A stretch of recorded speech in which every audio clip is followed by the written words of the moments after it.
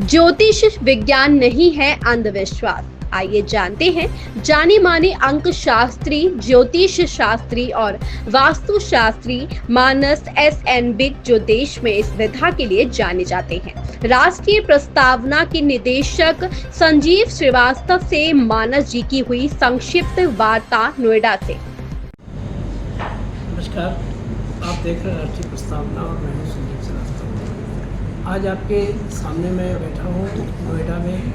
हमारे साथ देश के जाने माने ज्योतिष शास्त्र, अंक शास्त्री और वास्तुशास्त्र विशेषज्ञ मानस एस.एन.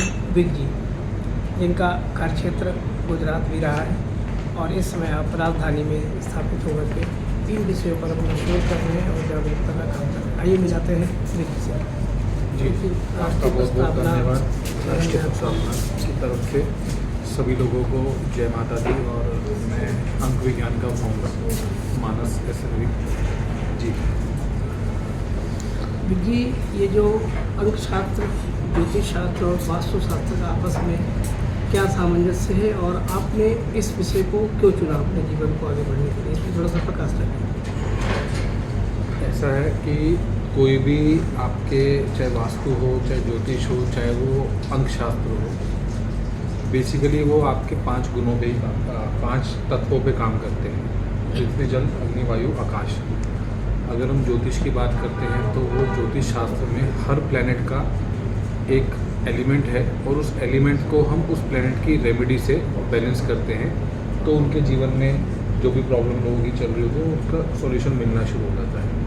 वास्तु में यही काम हम उनके घर या ऑफिस के स्पेस में वो 5 एलिमेंट को बैलेंस करके किया जाता है। और अंक शास्त्र में हम डेट ऑफ बर्थ के जो नंबर होते हैं उसके एलिमेंट्स को बैलेंस करके उसको सॉल्यूशन देने की पूरी कोशिश करते हैं। तो आपस में ये तीनों विद्याएं जुड़ी हुई हैं। कोई भी ऑकल्ट की साइंस जो है वो 5 एलिमेंट और 3 गुण पे ही काम करती है। ठीक है, अब आपने पूछा कि मेरा इस विषय में रुचि कैसे बनी, तो ऐसा था कि मुझे बचपन से कुछ इंट्यूशंस होते थे और वो मैं किसी को नहीं बोलता था। तो बाद में थोड़े समय पहले अभी मेरे बेटे के साथ कुछ मेडिकल इश्यूज़ थे, तो मेरे को किसी ने कुछ न्यूरोलॉजी के हिसाब से रेमेडी करने के लिए बताया कि उसका नेम बैलेंस किया जाए। मैंने सोचा कि नहीं, इसको मानना नहीं है, मैं इसमें थोड़ा जानने की कोशिश करता हूँ कि काम करता कैसे है।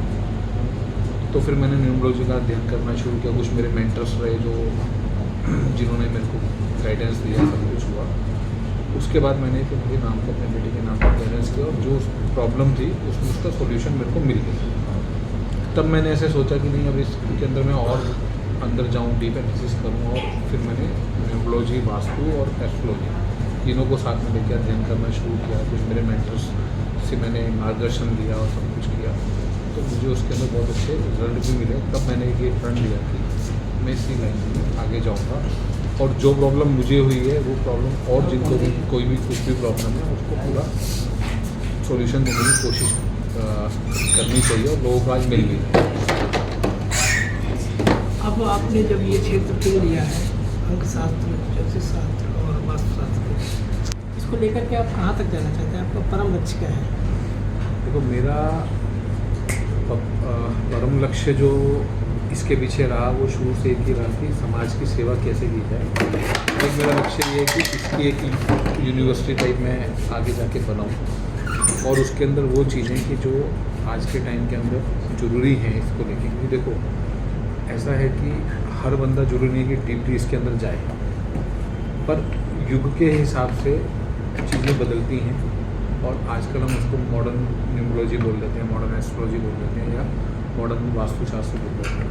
उनको जो हमारे वेद शास्त्रों में लिखा, सब चीज़ों को साथ में लेके चलें और कुछ लोग ऐसे तैयार हों जो लोगों के सॉल्यूशन दे पाएँ। साथ ही साथ मैं ऐसे बच्चों के ऊपर काम करना चाहता हूँ जो आजकल एक सोशल वर्ल्ड में बहुत देखने को मिलेगी, ADHD जिनको प्रॉब्लम है ना, डिसऑर्डर है, तो वो बच्चों के अंदर कहीं ना कहीं डेवलपमेंट डिले होते हैं। तो मेरी कुछ खोज उस पर भी चल रही है। मैं ये चाहता हूँ ये 2 विषय पे आगे जाकर काम करें। इस समय वर्तमान समय में आपका क्या किस तरीके से आप इस विषय को आगे ले जा रहे हैं, इसके बारे में थोड़ा प्रकाश।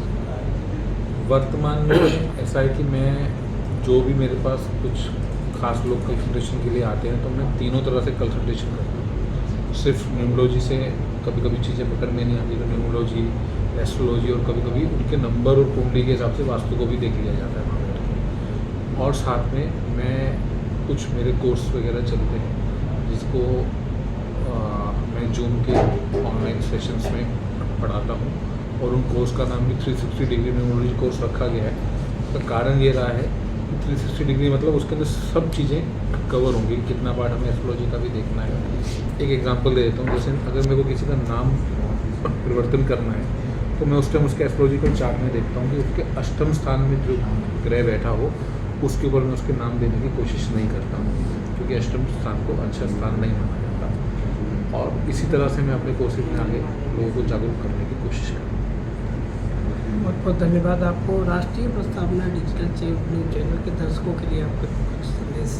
बिल्कुल, मैं जो भी आपके चैनल के दर्शक हैं उनको एक ही संदेश देना चाहता हूँ। पहले तो मैं आपको धन्यवाद करना चाहता हूँ कि आप इतना समाज को जागरूक करने के लिए जो भी काम कर रहे हैं, आपकी जो न्यूज़ के अंदर जो आप डीपनेस तक जाते हैं, उसके लिए मैं आपकी कार्यशैली को और आपके एफर्ट्स को बहुत धन्यवाद करना चाहता हूँ, आपको, आपकी पूरी टीम को। और एक ही संदेश ये देना चाहता हूँ कि ये जो भी साइंस हैं, चाहे वो न्यूमरोलॉजी, एस्ट्रोलॉजी है या वास्तु है, वो कोई अंधविश्वास नहीं है, वो साइंटिफिक साइंस है कि वो 5 एलिमेंट्स को हम कैसे बैलेंस करें और 3 गुण को कैसे बैलेंस करें।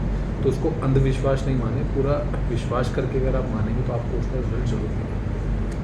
धन्यवाद। तो ये थे मानस SNB जी, जिन्होंने ज्योतिष शास्त्र, अंक शास्त्र को अंधविश्वास नहीं माना है बल्कि उसको विषय वस्तु माना है। इसको पढ़ करके भी हम लोग अपने जीवन में जागरूकता प्राप्त कर सकते हैं। धन्यवाद। देखते रहिए राष्ट्रीय प्रस्तावना।